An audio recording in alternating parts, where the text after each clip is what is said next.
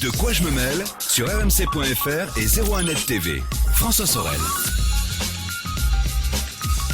Merci d'être avec nous, comme chaque vendredi, pour De quoi je me mêle. Vous savez, toute l'actualité des nouvelles techno. rmc.fr, la version audio, et puis, vous le savez, 01net TV pour la version vidéo. Alors, tout à l'heure, Pépé Garcia nous rejoindra. On évoquera cette incroyable convention Star Wars qui s'est déroulée il y a quelques jours de cela aux États-Unis. Puis, on évoquera aussi Titanic. Vous verrez pourquoi tout à l'heure. Mais dans l'immédiat, on va parler de l'actu. C'est le débat du moment sur le web. Faut-il craindre cette fameuse loi renseignement actuellement débattue par le gouvernement ? Le projet de cette loi, vous le savez, a été adopté à l'Assemblée nationale en première lecture le 5 mai. Elle est censée permettre en fait au pouvoir public, cette loi, de mieux intercepter les échanges de données entre certains individus dont on pourrait soupçonner en fait des agissements terroristes ou mettre même en danger la population. Une de ces mesures est cette fameuse boîte noire qui obligerait en fait les opérateurs télécoms, mais aussi les moteurs de recherche et même les réseaux sociaux en fait, à fournir en temps réel les données d'un éventuel suspect. Mais c'est ce qu'il y a d'intéressant aussi, l'entourage de ce suspect. Alors faut-il craindre cette loi qui déchaîne les passions sur le web ? On va essayer d'en parler avec mon invité. Tristan Nitto est avec moi dans De quoi je me mêle. Bonjour Tristan. Bonjour. Alors Tristan Nitto, l'un des papas de la fondation Mozilla, Firefox, etc. Que vous avez quitté d'ailleurs il y a quelques mois. Oui. Voilà, pour voguer vers de nouveaux horizons. Vous êtes membre du Conseil national du numérique. Vous êtes en train d'écrire un livre sur la surveillance en ligne, aussi le flicage des citoyens. Et vous êtes aussi le directeur produit en fait de Cozy Cloud, qui est un nouveau service de cloud. Voilà. Enfin, voilà, c'est un sujet aussi passionnant, mais qu'on va peut-être pas aborder énormément là, parce que c'est autre chose, même si le cloud est très lié à tout ça, Bien finalement, sûr. puisque toutes nos données personnelles sont stockées quelque part. Cette loi renseignement, Tristan Nitto, vous êtes contre ? Globalement contre. Globalement contre. Pourquoi ? Eh ben, il y a plusieurs choses qui vont pas. Hein. Alors déjà, on va se mettre d'accord. Il faut lutter contre le terrorisme. Je crois que tout le monde est d'accord, y compris moi, y compris les opposants à la loi. Oui, parce qu'on se rend compte aujourd'hui que le terrorisme se tisse sur la toile, sans mauvais jeu de mots si je puis dire, et puis qu'aujourd'hui, avec tous les moyens de communication que nous avons, on peut imaginer que des attentats, des choses malveillantes se préparent, se construisent sur le web, en tout cas sur le réseau. Donc il faut malgré tout une certaine surveillance. Alors oui, les terroristes, ils peuvent utiliser Internet, le téléphone fixe ou mobile, mais ils utilisent aussi des voitures. C'est pas pour ça qu'on interdit les voitures non plus. Donc il faut être assez cohérent. Il y avait un problème qui était que la précédente loi renseignement date de 91, époque où les gens communiquaient avec des téléphones fixes. Et avec le Minitel aussi. Voilà. Et maintenant, 2015, les gens utilisent des téléphones mobiles, ils utilisent Internet pour communiquer. Il était temps de moderniser la loi. Et en ça, la loi, elle est bienvenue. Mais ça, le problème, c'est que ça s'arrête là.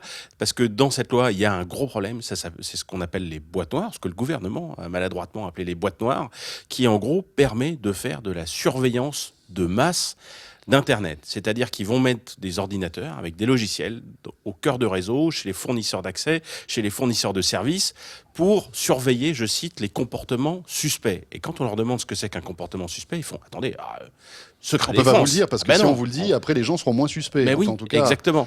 Alors l'idée, c'est que ces boîtes noires, pour qu'on comprenne bien, seraient chez tous les opérateurs télécoms français, que ce soit fixe ou mobile, chez les moteurs de recherche. Oui.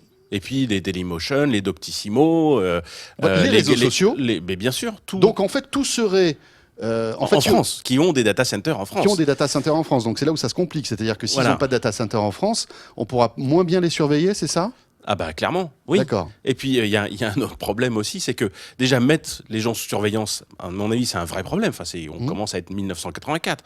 C'est-à-dire que, par exemple, si je vais sur la page djihad de Wikipédia, pour me renseigner, quoi, parce que c'est important, ça nous préoccupe le djihad. Bon, alors, pour apprendre ce que c'est, je vais sur la page djihad de Wikipédia, et puis je me dis, tiens, je vais me faire un week-end en Turquie, à Istanbul ou à Ankara. Est-ce que c'est un comportement suspect ? Parce que les deux, là, djihad, Turquie... Oui, mais ça, c'est peut-être un peu caricatural, Tristan. Non. Parce que c'est pas parce qu'on va aller taper sur Wikipédia djihad et qu'après on va partir en week-end en Turquie qu'on va rentrer, on va dire, dans les mailles de cette surveillance, non ? J'imagine qu'il y aura d'autres... Oui, c'est sûr. On n'en sait rien. C'est-à-dire que c'est ça le problème, c'est que ça crée une auto-censure. À partir de quel moment des choses que je fais en ligne, qui sont tout à fait légitimes, pourraient me dénoncer, entre guillemets, comme étant un suspect ? Mais le problème, c'est comment faire alors? Parce que on comprend bien que vous êtes contre cette boîte noire, enfin ces boîtes noires, toute cette surveillance du réseau.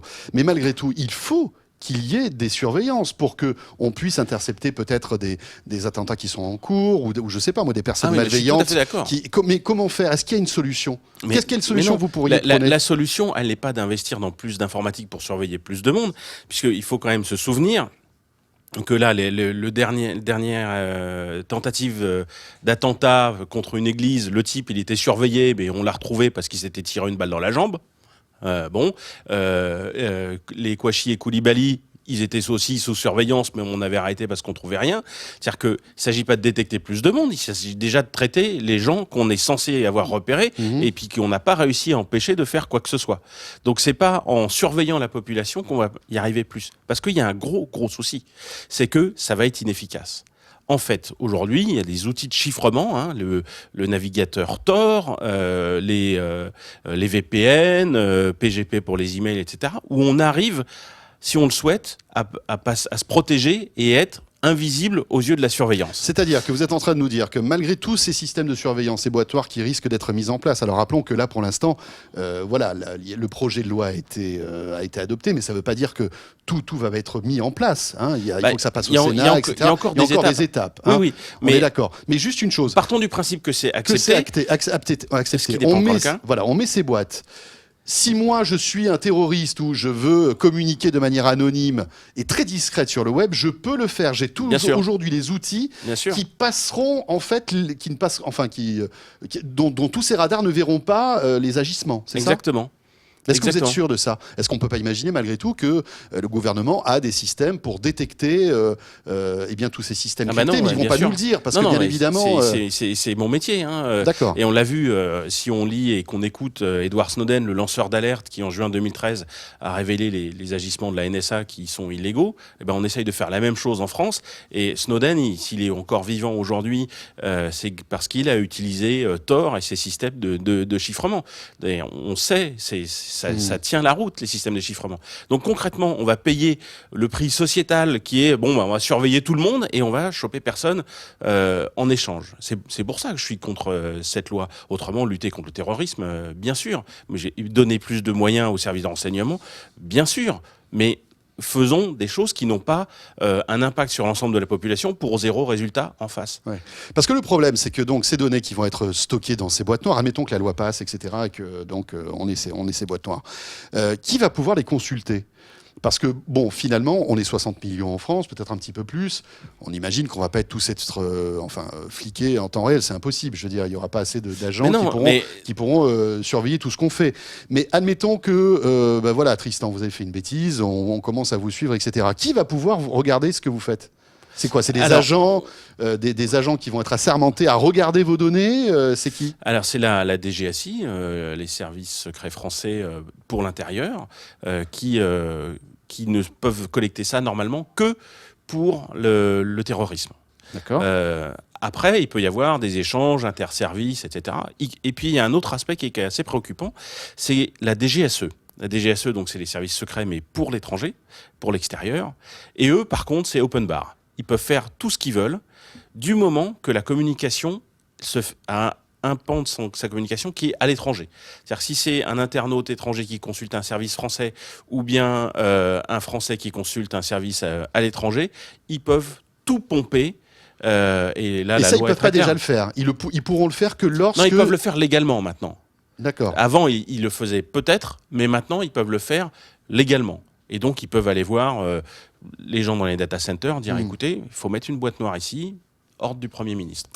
Alors, la question aussi que je me pose, c'est que moi, si j'ai rien à me reprocher, finalement, que par le pur des hasards, on puisse regarder que j'ai envoyé des mails et que j'ai pu passer des SMS, etc.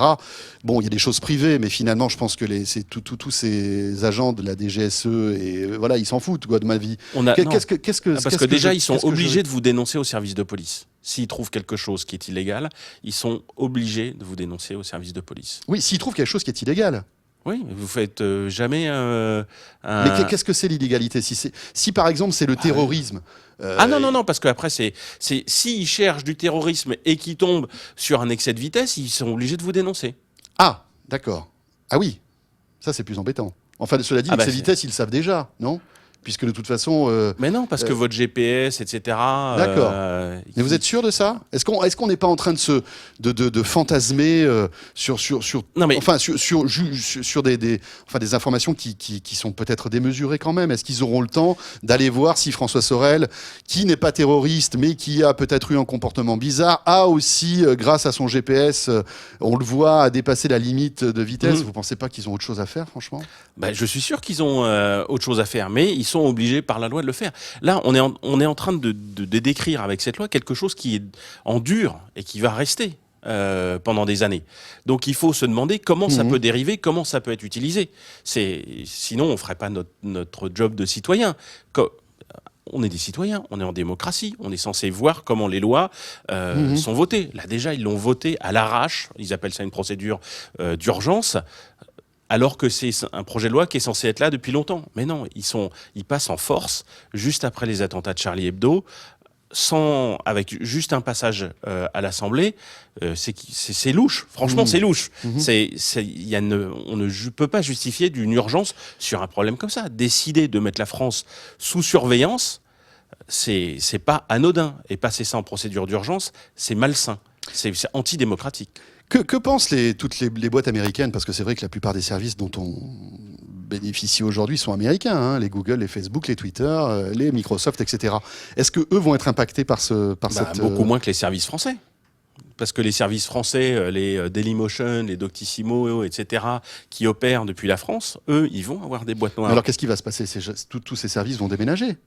C'est le problème, c'est que j'ai participé au montage d'un collectif qui s'appelle Ni Pigeon Ni Espion, qui regroupe 900 entreprises du numérique, des acteurs du numérique, mais aussi des grands acteurs comme l'INRIA, l'AFDEL, des grands noms du numérique qui ne sont pas forcément des sociétés, et qui sont donc unanimes et qui disent mais c'est très mauvais pour l'économie numérique française. Et si on se met à raboter l'économie numérique française, je peux vous dire que la croissance, les emplois que ça crée, ça va être créé à l'étranger. Les hébergeurs, ils ont clairement dit, s'il le faut, on partira à l'étranger. Des gens comme OVH, là, ils ont, je crois, 140 millions d'euros à dépenser pour créer des data centers. Est-ce qu'ils vont les créer en France avec cette loi pourrie qui va faire peur à tous leurs clients, ou bien est-ce qu'ils vont les monter à l'étranger ? Aujourd'hui, il faut monter un data center au Luxembourg, en Suède ou en Norvège. Il ne faut surtout pas le monter en France. Si on a fait des investissements à faire, il faut les faire à l'étranger à cause de cette loi. Parce que les clients étrangers, un Allemand ou un Suédois, il va chercher un data center où ses données sont en sécurité. Jusqu'à présent, la France était bien placée parce qu'ils n'avaient pas le droit d'espionner. Maintenant, les services secrets auront tout le droit de faire ce qu'ils veulent sur des data centers français. Donc évidemment, on va devenir beaucoup moins compétitif tout d'un coup. On n'entend pas beaucoup les opérateurs télécoms réagir sur cette loi. Ils sont très silencieux. Les Xavier Niel, les Orange, les SFR, etc. Pourquoi ? À votre avis ? Mais il faudrait leur demander. Mais si souvent ils sont aussi opérateurs mobiles. Et là, il y a toute une problématique de régulation, de comptage des antennes, d'attribution des bandes de fréquences, etc. Ils sont extrêmement dépendants du gouvernement. Donc, ils n'ont pas très intérêt à défendre nos libertés. Ils ont plutôt intérêt à faire profil bas et à se mordre les poings en attendant que ça passe, quoi. Ouais, parce que ça doit aussi leur coûter de l'argent, cette histoire-là. Parce qu'ils vont être obligés... probablement, mais on n'en sait rien. Il n'y a pas de détails. Mais clairement, ouais. Et en tout cas, c'est mauvais parce que leurs clients vont perdre la confiance. Imaginez les gens qui font de l'Internet des objets aujourd'hui. Ah, c'est sympa, je m'achèterais bien, je sais pas, telle ou telle chose pour mettre chez moi. Tout d'un coup, ça se transforme en espion. Ouais. C'est le truc cool, un peu nouveau, et tout d'un coup, on se dit, en fait, ce machin, il est peut-être en train de m'espionner chez moi. Une webcam, un objet connecté. Oui, mais encore une fois, alors c'est vrai que c'est pas bon pour le business, ça. C'est la question qu'on se dit, mais on pourra pas nous espionner comme ça pour rien. C'est-à-dire qu'il va falloir qu'on rentre quand même dans un profil d'une personne qui aurait quelque chose à se reprocher. Non, c'est des pans entiers de l'Internet français vont être sous surveillance. On ne sait pas lesquels et on ne sait pas pour détecter quoi.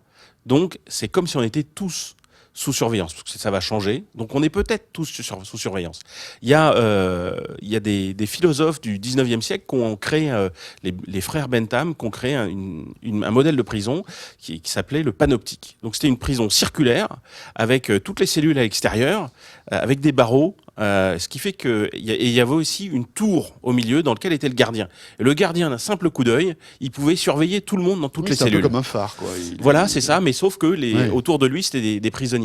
Et Bentham, il expliquait que c'était génial parce qu'il y avait un seul gardien pour tous ces prisonniers et que ils se tenaient à carreau parce qu'ils se sentaient surveillés. Et il disait, en plus, c'est génial. Vous pouvez retirer le gardien de temps en temps. Et comme on ne sait pas s'il est là ou s'il n'est pas là, les gens se sentant surveillés vont quand même agir comme il faut. C'est ça qu'on est en train de mettre en place en France. C'est-à-dire qu'on est peut-être surveillé, mais peut-être pas. Et peut-être que ce qu'on fait, c'est mal, mais peut-être pas. Et on ne le sait pas. Djihad, Turquie, est-ce que je suis en train de déclencher un signal quelque part à la DGSI ? En fait, j'en sais rien. Donc, le problème, c'est que ça pousse à l'autocensure. Et donc, ça va limiter la créativité. C'est dramatique pour inventer son opinion, chercher son opinion. C'est dramatique en termes de foi. Imaginez si un jour le FN passe au pouvoir.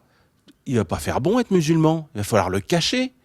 Si vous croyez au plus profond de vous-même que vous croyez en quelque chose, et vous vous dites, mais en fait, je vais peut-être être... Regardez, dans le sud de la France, s'appelait Fatima, c'est déjà être sur une liste. Ouais. Vous voyez, c'est vraiment... En termes de liberté personnelle, c'est vachement gênant. Mais malgré tout, il faut... essayer d'arriver à ce que le gouvernement puisse pister, par exemple, des projets de terrorisme, des agissements qui seraient pas légaux. Et malgré tout, il faut qu'ils aient des droits que nous n'avons pas. Ça me paraît logique. Oui, mais ça, on est d'accord là-dessus. On est complètement d'accord. Mais il faut que ça soit ciblé. Oui. C'est-à-dire que si on repère quelqu'un et on pense que c'est éventuellement un terrorisme et c'est un individu, eh bien, on peut, et la loi permet ça, mettre par exemple un keylogger qui va enregistrer donc un genre de virus qui capte ses frappes au clavier, qu'on puisse mettre sa ligne téléphonique, son GSM sous écoute, etc. Bon, ça, c'est déjà possible, ça. Alors, non, le GSM, c'était pas possible. Maintenant, ça l'est grâce à cette loi. Et c'est pour ça que c'était bien qu'il fallait moderniser cette loi. Il y a des personnes qui étaient déjà sur écoute avant. Donc, oui, mais c'était des écoutes sur les lignes fixes. D'accord. Et c'était... Mais on pouvait pister par les portables, enfin, avec la géolocalisation, etc. Alors, oui... Mais ça, c'était des décisions de justice. Des décisions de justice qui ont été prises dans par le cadre d'un crime, etc. Voilà, avec un juge. Ça. Maintenant, du renseignement, c'est sans juge, parce que c'est avant que c'est simplement administratif, en fait. C'est une décision administrative. Et c'est tout le problème, c'est qu'il faut aussi une commission. Il existe une CNCTR, mais la pauvre, on lui a complètement limé les ongles. Ce n'est pas un vrai contre-pouvoir. Donc, concrètement, le Premier ministre ou quelqu'un qui délègue va pouvoir dire « surveillez-moi tel et tel Gugus ». Il va demander l'autorisation à la CNCTR, et si elle dit oui, allez-y, il y va. Et si elle dit non, n'y allez pas, il y va quand même. Donc, il faut un vrai contre-pouvoir. Montesquieu expliquait ça très bien. C'est que s'il y a un pouvoir, il corrompt. Et donc, il faut un contre-pouvoir pour contrôler qu'on n'est pas corrompu par le pouvoir. Et là, il n'y a pas ce contre-pouvoir. Donc, il faut renforcer la CNCTR. Tristan, merci pour toutes ces précisions. Voilà, on voit que votre avis est tranché, même si on comprend aussi que vous n'êtes pas contre le fait d'avoir certains éléments de surveillance. Bien sûr, mais pas les boîtes noires, pas la surveillance de masse. Voilà, tous les Français. C'est un débat un peu compliqué, c'est vrai, avec... diverses mesures, tout le monde n'est pas d'accord. En tout cas, c'est vrai qu'il y a une vraie montée sur le web, une vraie rébellion qui est en train de se faire là. Il suffit de taper loi sur l'enseignement, vous le verrez, bien évidemment. Merci beaucoup Tristan Guiteau. C'est un plaisir. Voilà, de quoi je me mail. La suite dans un instant, avec un sujet un petit peu plus léger, puisque ce sera Pépé Garcia qui me rejoint. On va parler avec lui de Star Wars et de Titanic. Quoique la loi sur l'enseignement, c'est un peu le Titanic aussi. À tout de suite. De quoi je me mêle sur rmc.fr et 01net TV.